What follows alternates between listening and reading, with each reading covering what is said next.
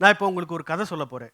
இந்த கதையை வந்து நீங்கள் பல பல பல பேர்கிட்ட கேட்டிருப்பீங்க, இல்லாட்டினா எங்கேயாவது படிச்சிருப்பீங்க, இல்லை யூடியூப்பில் கூட சில பேர் இந்த கதையை வந்து பார்த்துருக்க முடியும். தாது வருஷ பஞ்சம் அப்படின்னு நம்ம எல்லாருமே கேள்விப்பட்டிருப்போம். தமிழகத்தை கடுமையாக பாதித்த பஞ்சம் 19ஆம் நூற்றாண்டோட இறுதியில் 1876லேருந்து 78 வரைக்கும் இந்த பஞ்சம் தமிழ்நாட்டில் இருந்தது. இந்த பஞ்சத்தை பற்றி சொல்லப்படுற மிக பிரபலமான கதை ஒன்று வந்து நல்லதங்காலோட கதை. இந்த பஞ்சத்தோட கொடுமை தாங்காமல் தன்னுடைய குழந்தைகளோட கிணற்றில் குதித்து இறந்து போன ஒரு பெண்ணோட கதை. இந்த கதையை நம்ம திரும்ப திரும்ப கேட்டிருப்போம். நான் சொல்ல போகிறதும் இது மாதிரி ஒரு பெண்ணோட கதை தான். ஆனால் கொஞ்சம் பாசிட்டிவான கதை. அந்த பெண்மணியோட பேர் வந்து குஞ்சரத்தம்மாள். குஞ்சரத்தம்மாள் வந்து மதுரையில் வாழ்ந்த ஒரு பெண்மணி. ரொம்ப அழகாக இருப்பாங்க. அவங்க ஒரு தேவதாசி. அவங்ககிட்ட ஏகப்பட்ட சொத்து இருந்தது. மதுரை வடக்காவணி மூல வீதியில் வந்து 2 மாளிகைகள் இருந்தன, நிறைய நகை இருந்தது, நிறைய நிலங்கள் இருந்தன, நிறைய பணம் இருந்தது. எல்லாமே ஒரு மிகப்பெரிய ஒரு வாழ்க்கையை வந்து அவங்க வாழ்ந்துகிட்டு இருந்தாங்க. அப்போ தான் அந்த பஞ்சம் தாக்குச்சு. மக்கள் படுற துன்பத்தை தாங்க முடியாமல் அவங்க என்ன பண்ணாங்க அப்படின்னா, மக்களுக்கு ஏதாவது செய்யலாம் அப்படின்ட்டு அவங்களோட மாளிகையில் ஒரு அடுப்பை பற்ற வைத்து கஞ்சி தொட்டி ஒன்று திறக்கிறாங்க. வரலாற்றிலேயே ஒரு தனிநபர் மக்களுக்காக கஞ்சி தொட்டி திறந்ததுங்கிறது வந்து அதுதான் முதல் தடவை. அவங்க கஞ்சி தொட்டி திறந்ததை கேள்விப்பட்ட மதுரை மாவட்ட மக்கள் எல்லோருமே வந்து அவங்க போடுற சாப்பாடை சாப்பிட்றாங்க. அந்த கஞ்சி தொட்டியிலேருந்து சாப்பாடை சாப்பிட்டுக்கிட்டே இருக்காங்க. பஞ்சம் தொடர்ந்துக்கிட்டே இருக்குது. அவங்க சொத்துக்களை எல்லாம் தன்னோட அடுப்பில் போட்டுக்கிட்டே இருக்காங்க. முதல்ல ஒரு மாளிகையை விற்று அந்த அடுப்பில் போடுறாங்க. அது எல்லாம் செலவழிஞ்சிருது. நகைகளை விற்று போடுறாங்க, சொத்துக்களை விற்று போடுறாங்க, நிலத்தை விற்றுடுறாங்க, எல்லாமே போயிடுது. கடைசியில் அவங்ககிட்ட வந்து ஒரு ஓட்டு வீட்டில் தான் இருக்காங்க. 3 வருஷம் அந்த பஞ்சகாலம். அந்த பஞ்சகாலம் முழுக்க அவங்க வீட்டில் வந்து அடுப்பு எரிஞ்சுக்கிட்டே இருந்தது. இதை பார்த்த மதுரை மாவட்ட ஆட்சித்தலைவர் ஜார்ஜ் பிராக்டருக்கு வந்து ரொம்பவுமே வெக்கமாக போயிடுது. ஒரு தனி மனுஷியால் இவ்வளோ மக்களுக்கு சாப்பாடு போட முடியும்னா அரசாங்கம் ஏன் இதை பண்ண முடியாது அப்படின்ட்டு அவரும் சில இடங்களில் கஞ்சி தொட்டியெல்லாம் திறப்பதற்கு ஏற்பாடு பண்ணுறாரு. 3 வருடங்கள் பஞ்சகாலம் முடிந்த பிறகு அவங்ககிட்ட இருந்த சொத்துக்கள் எல்லாம் கரைந்து போயிடுது. கடைசியில் அவங்க இறந்து போயிடுறாங்க. அந்த பஞ்சகாலம் முடியும் போது அவங்களோட இறுதி ஊர்வலத்துக்கு மதுரை நகரமே புறப்பட்டு வடக்காவணி மூல வீதியில் நிற்கிது. இதை பார்த்த ஜார்ஜ் பிராக்டர் வந்து தன்னோட குறிப்புகள் எழுதுறாரு. ஒரு மதம் சாராத நிகழ்வுக்காக மதுரையில் வந்து இவ்வளவு பெரிய கூட்டம் திரண்டது இதுதான் முதல் முறை அப்படின்னு சொல்லிட்டு அவர் தன்னுடைய குறிப்புகளில் எழுதி வைக்கிறாரு. ரொம்பவுமே உருக்கமான ஒரு கதை. ஆனால் இதில் நம்ம கவனிக்க வேண்டிய ஒரு விஷயம் என்ன அப்படின்னு பார்த்தோன்னா, மதுரையில் குஞ்சரத்தம்மாள் அப்படிங்கிற ஒரு பெண்மணி வந்து வாழ்ந்ததே கிடையாது. இது ஒரு கற்பனை கதாபாத்திரம். இந்த கற்பனை கதாபாத்திரம் எப்படி வந்தது, அது மதுரை வரலாறோட ஒரு பகுதியாக எப்படி மாறுச்சு அப்படிங்கிறது தான் ரொம்ப சுவாரஸ்யமான ஒரு பகுதி. 2011 வெளிவந்த சு. வெங்கடேசன் எழுதி வெளிவந்த காவல் கோட்டம் அப்படிங்கிற நாவலில் தான் இப்படி ஒரு பாத்திரத்தை வந்து அவர் அறிமுகப்படுத்துகிறாரு. அந்த பாத்திரத்தை தனியாக எடுத்து கதையாக சொல்ல ஆரம்பித்தவங்க அதை வந்து மதுரை வரலாற்றோட ஒரு பகுதியாகவே மாற்றிட்டாங்க. இப்போ நீங்கள் கூகுளில் போய் குஞ்சரத்தம்மாள்னு எல்லோரும் டைப் பண்ணி பாருங்கள், உங்களுக்கு நூற்றுக்கணக்கான முடிவுகள் கிடைக்கும். எல்லாமே ஆத்தென்டிக்காக இருக்க மாதிரி இருக்கும். சில நாளிதழ்கள் கூட குஞ்சரத்தம்மாளோட வரலாறு வந்து உண்மை வரலாறுன்னு சொல்லி கட்டுரைகள் எல்லாம் வெளியிட்டிருக்காங்க.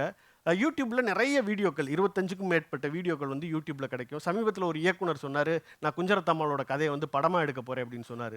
சமீபத்தில் மதுரையோட வரலாறு பற்றி ஒரு புத்தகம் வந்தது. அதில் ஒரு பகுதியாக வந்து இந்த கதை இருக்குது. ஒரு சாதாரண கற்பனை கதை தனியாக எடுக்கப்பட்டு பரப்பப்படும் போது அது வந்து வரலாற்றோட ஒரு பகுதியாகவே மாறிடுது. இந்த மாதிரி ஒரு நல்ல கதை வந்து வரலாறாக சொல்கிறதுல என்ன தப்பு, அதில் என்ன பெரிய பிரச்சனை வரப்போகுது அப்படின்னு நினச்சா அது உண்மையிலேயே ஒரு பிரச்சனையும் இல்லை தான். நம்மளுக்கு ரொம்ப உத்வேகம் மூட்டக்கூடிய ஒரு கதையாக தான் குஞ்சரத்தம்மாளோட கதை இருக்குது. நம்மளும் நம்மகிட்ட இவ்வளோ பெரிய பணம் இருந்தால் ஏழைகளுக்கு உதவலாம், அவங்களுக்கு சாப்பாடு போடலாம் அப்படிங்கிற உத்வேகத்தை ஊட்டக்கூடிய கதையாக தான் இந்த குஞ்சரத்தம்மாளோட கதை இருக்குது. ஆனால் எல்லா போலி வரலாற்று கதைகளும் அப்படி ஒரு பழுதில்லாத ஒரு ஆபத்தில்லாத கதைகளாக இருக்கிறதில்ல அப்படிங்கிறது தான் உண்மை. வேறு சில கதைகளையும் நான் சொல்லணும்னு நினைக்கிறேன். ஒரு 6-7 வருஷத்துக்கு முன்னாடி நாளிதழ் ஒன்றில் வந்து ஒரு கட்டுரை வந்து வெளிவந்தது. அது யாரை பற்றினது அப்படின்னா, சுதந்திர போராட்ட வீரர் வாஞ்சிநாதனுடைய குடும்பத்தை பற்றியது. வாஞ்சிநாதனை பற்றி நம்ம எல்லோருக்குமே தெரியும். அவர் வந்து 1911 திருநெல்வேலி மாவட்டத்தில் இருந்த பிரிட்டிஷ் கலெக்டரான ராபர்ட் ஆஷை வந்து சுட்டு கொண்டுட்டு அவரும் இறந்து போயிட்டார். அவர் இறந்து போன பிறகு அவரும் அவருடைய மனைவியும் அவருடைய கை குழந்தையும் வந்து ரொம்பவும் கஷ்டப்படுறாங்க. அந்த கஷ்டத்தை தாங்க முடியாமல் தென் மாவட்டத்தில் பின்னாளில் பிரபலமாக இருந்த ஒரு தலைவர் என்ன பண்ணுறாருன்னா, அவங்களுக்கு ஒரு அடைக்கலம் கொடுக்குறாரு. பிறகு ஒரு 25,000 ரூபா பணத்தை எடுத்து அங்கேருந்து ஒரு டீ கடைக்கார்ட்ட கொடுத்துட்டு இவங்களை பார்த்துக்கப்பா அப்படின்னு சொல்லிடுறாரு. அந்த டீ கடைக்காரரும் அவங்களை காப்பாற்றுறாரு அப்படின்னு சொல்லி ஒரு செய்தி வந்தது. இதில் நம்ம கவனிக்க வேண்டிய விஷயம் என்னென்னா, வாஞ்சிநாதனுக்கு குழந்தைகளே கிடையாது. இவங்க வாஞ்சிநாதனுடைய குடும்பத்தினரை காப்பாற்றுறதா சொல்கிற அந்த தலைவருக்கு வாஞ்சிநாதன் இறந்தப்போ வயசு வந்து வெறும் 4 வயசு தான். ஒரு 4 வயசு குழந்தை எப்படி இன்னொரு குழந்தையும் அவங்க அம்மாவையும் காப்பாற்ற முடியும் அப்படிங்கிறது வந்து அதை எழுதும்போதே நம்மளுக்கு தோணியிருக்கணும். ஆனால் இப்படி ஒரு கட்டுரை ஒரு நாளிதழில் வெளிவந்தது, ஒரு வரலாற்று தகவலாக வெளிவந்தது, அதுவும் வாஞ்சிநாதனுடைய வாரிசுகளோட கோட்டோட வெளிவந்தது. வாஞ்சிநாதனுக்கு வாரிசுகளே கிடையாது. இது ஒரு கதை. இதற்கு அடுத்ததாக இன்னொரு கதை, வஉசி காந்தி சம்மந்தப்பட்ட கதை.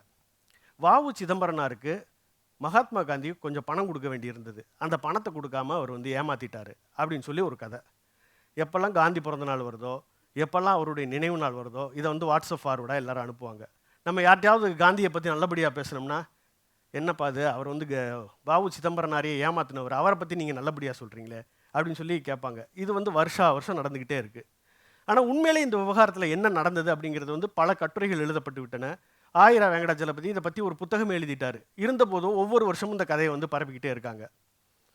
இந்த மாதிரியான வரலாற்று கதைகள்லாம், போலி வரலாற்று கதைகள்லாம் எதற்காக உருவாக்கப்படுகின்றன, எப்படி உருவாகுது அப்படின்னு பார்த்தோம்னா அதில் பல விஷயங்கள் பேசுகிறதுக்கு இருக்குது. முதல்ல ஒரு தனி நபர் உருவாக்கப்பட்டு அடுத்தடுத்த நபர்களால் சொல்லப்படும் போது ஒரு கதைக்கு வந்து ஒரு கோர்வையாக ஒரு போலி வரலாறு வந்து உருவாயிருது. ஆனால் வெறுமன தனி மனிதர்கள் மட்டும்தான் இம்மாதிரி கதைகளை பரப்புகிறாங்களா அப்படின்னு பார்த்தோம்னா இல்லை. பல பெரிய அரசியல் கட்சிகள் இம்மாதிரி போலி வரலாறுகளை உருவாக்குறாங்க. சமயங்களில் அரசாங்கமே கூட இம்மாதிரியான போலி வரலாற்று கதைகளை உருவாக்குறாங்க. சமீபத்திய உதாரணங்கள் நமக்கு நிறையவே தெரியும். இம்மாதிரியான போலி வரலாற்று கதைகள்னால என்ன பாதிப்பு, அதெல்லாம் வெறும் வரலாற்று கதைகள் தானே அப்படின்னு கூட நமக்கு சில சமயங்களில் தோணும். ஒரு கதையை சொல்கிறாங்க அல்லது நம்மகிட்ட விவாதிக்கிறாங்க, ஆனால் கதை பல சமயங்களில் கேட்க நல்லாவும் இருக்குது. அதனால் வேறு என்னப்பா பாதிப்பு வரப்போகுது. இப்போ ஒரு பொய் செய்தியை பரப்புனா கூட அதில் ஒரு பாதிப்பு இருக்குது. ஒரு கலவரம் ஏற்படலாம், அரசாங்கத்துக்கு பாதிப்பு வரலாம், அல்லது தேர்தலில் தாக்கத்தை ஏற்படுத்தலாம். ஆனால் வரலாற்று கதைகளில் பரப்புறதுல என்ன பெரிய பாதிப்பு இருக்குது அப்படிங்கிறது அடிக்கடி கேட்கப்படக்கூடிய கேள்வி. என்ன பாதிப்பு இருக்குன்னா, பொதுவாக இம்மாதிரியான போலி வரலாற்று கதைகள் நமக்கு ஏற்கனவே இருக்கிற ப்ரிஜுடிஸை வந்து கன்ஃபார்ம் பண்ணும். நம்ம ஒரு ஜாதிக்காரவங்க கெட்டவங்கன்னு நினச்சிருப்போம், அதை வந்து கன்ஃபார்ம் பண்ணும். ஒரு மதத்தை சேர்ந்தவன் வந்து கெட்டவன், அவன் தீவிரவாதி நம்ம நினச்சிருப்போம். இம்மாதிரியான போலி வரலாறுகள் அதை வந்து கன்ஃபார்ம் பண்ணும். அது உடனடியாக பலனளிக்காது, ஆனால் எப்போ தேவையோ அந்த சமயத்தில் பலனளிக்கும். அதுதான் இதில் இருக்க மிகப்பெரிய அபாயமாக நான் பார்க்குறேன்.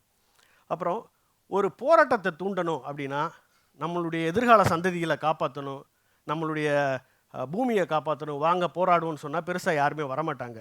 ஆனால் நம்மளுடைய முன்னோர்களுக்கு ஒரு இழிவு ஏற்படுத்தப்பட்டு விட்டது, அந்த இழிவை சரி செய்யலாம் அப்படின்னு சொல்லி ஒரு போலி வரலாற்று கதையை உருவாக்கி நம்ம பரப்பணும்னா அதற்கு நிறைய பேர் திரள்வாங்க. அதுக்கும் சமீபத்திய உதாரணங்கள் நிறையவே இருக்குது. இப்படி போலி வரலாற்று கதைகளை உருவாக்குவதன் மூலமாக தேர்தலெல்லாம் உடனடியான பலன்கள் எதுவுமே கிடைக்காது. ஆனால் நீண்ட நாட்கள் செல்ல செல்ல இதுக்கு ஒரு பலன் இருக்கும்.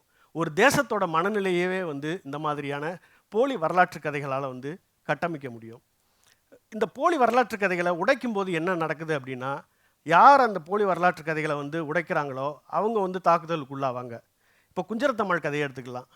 குஞ்சரத்தம்மாள் கதையை வந்து சாதாரணமாக யோசிச்சு பார்த்தாலே இது போலின்னு தெரியும். அதில் வந்து ஜார்ஜ் பிராக்டர்னு ஒரு கேரக்டர் வருது, மாவட்ட ஆட்சித்தலைவர். மதுரையில் அப்படி ஒரு அந்த பேரில் எந்த மாவட்ட ஆட்சித்தலைவருமே இருந்ததில்லை. மதுரை கெசட்டியரை எடுத்து பார்த்தா அதில் வந்து தெரியும், அந்த பேரில் யாருமே இருந்ததில்லை. அந்த காலகட்டத்தில் 5 கலெக்டர்கள் வந்து மதுரையில் இருந்திருக்காங்க, அதில் ஜார்ஜ் பிராக்டர்னு யாருமே கிடையாது. அதை உடனடியாக அந்த கதையை மறுக்க முடியும். இருந்தபோதும் அந்த கதை வந்து திரும்ப திரும்ப சொல்லப்படுது. இப்போ அது பொய்ன்னு சொன்னோம்னா, என்னப்பா மதுரைக்காரங்களை அவமானப்படுத்துறியா அப்படின்னு கேட்பாங்க. அதே மாதிரி வாஞ்சிநாதன் கதையில் சொன்னோம்னா, அந்த தலைவரை நீங்கள் அவமானப்படுத்துறீங்களான்னு கேட்பாங்க. வஉசி மகாத்மா காந்தி கதையில் சொன்னோம்னா, நீங்கள் தமிழன்னாலே எப்போவுமே இப்படித்தான், தமிழனை அவமானப்படுத்துறதுனா உங்களுக்கு வந்து சந்தோஷம்தான் அப்படின்னு சொல்லுவாங்க. இது மாதிரியான பிரச்சனைகளை வந்து அது உருவாக்குது. இந்த தருணத்தில் இம்மாதிரியான போலி வரலாற்று கதைகள் சொல்லப்படும் போது அதை எப்படி நம்ம வந்து அடையாளம் காண்பது அல்லது அதை எப்படி எதிர்கொள்வது அப்படிங்கிற ஒரு கேள்வி இருக்குது. நம்மளுடைய வாட்ஸ்அப்பில் வந்து இதுவரைக்கும் உங்களிடம் இருந்த மறைக்கப்பட்ட வரலாறை நான் சொல்கிறேன் அப்படின்னு ஒரு செய்தி வந்ததுன்னா அது வந்து முழுமையாக போலி அப்படிங்கிறத வந்து நம்ம நிச்சயமாக உணர்ந்துக்கலாம். தவிர வரலாறுங்கிறது எப்போவுமே கருப்பு வெள்ளையாக இருக்காது. ஒருத்தர் வந்து மிகப்பெரிய ஹீரோவாக இருக்க மாட்டார், ஒருத்தர் வந்து மிகப்பெரிய வில்லனாக இருக்க மாட்டார் அப்படிங்கிறத நம்ம எப்போவுமே புரிஞ்சுக்கணும். அது வந்து ஒரு அடிப்படையான விதி. அப்புறம் வரலாற்றில் ஏற்கனவே நிரூபிக்கப்பட்ட விஷயங்களை மாற்றி ஒரு வரலாறு நம்மளுக்கு அனுப்பப்படுது அப்படின்னா அது பெரும்பாலும் போலியாக இருப்பதற்கான வாய்ப்பு அதிகம்.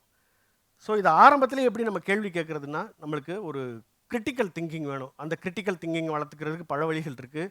பொதுவாக ஹியூமனிட்டிஸ் படித்தோம்னா அந்த கிரிட்டிக்கல் திங்கிங் வரும் அப்படின்பாங்க. கலை, வரலாறு, நுண்கலை போன்றவற்றை படிக்கும்போது அந்த கிரிட்டிக்கல் திங்கிங் வந்து அதிகமாகும் அப்படின்னு சொல்லுவாங்க. ஸோ அப்படி தான் அந்த வரலாறுகளை வந்து நம்மளால் எதிர்கொள்ள முடியும்.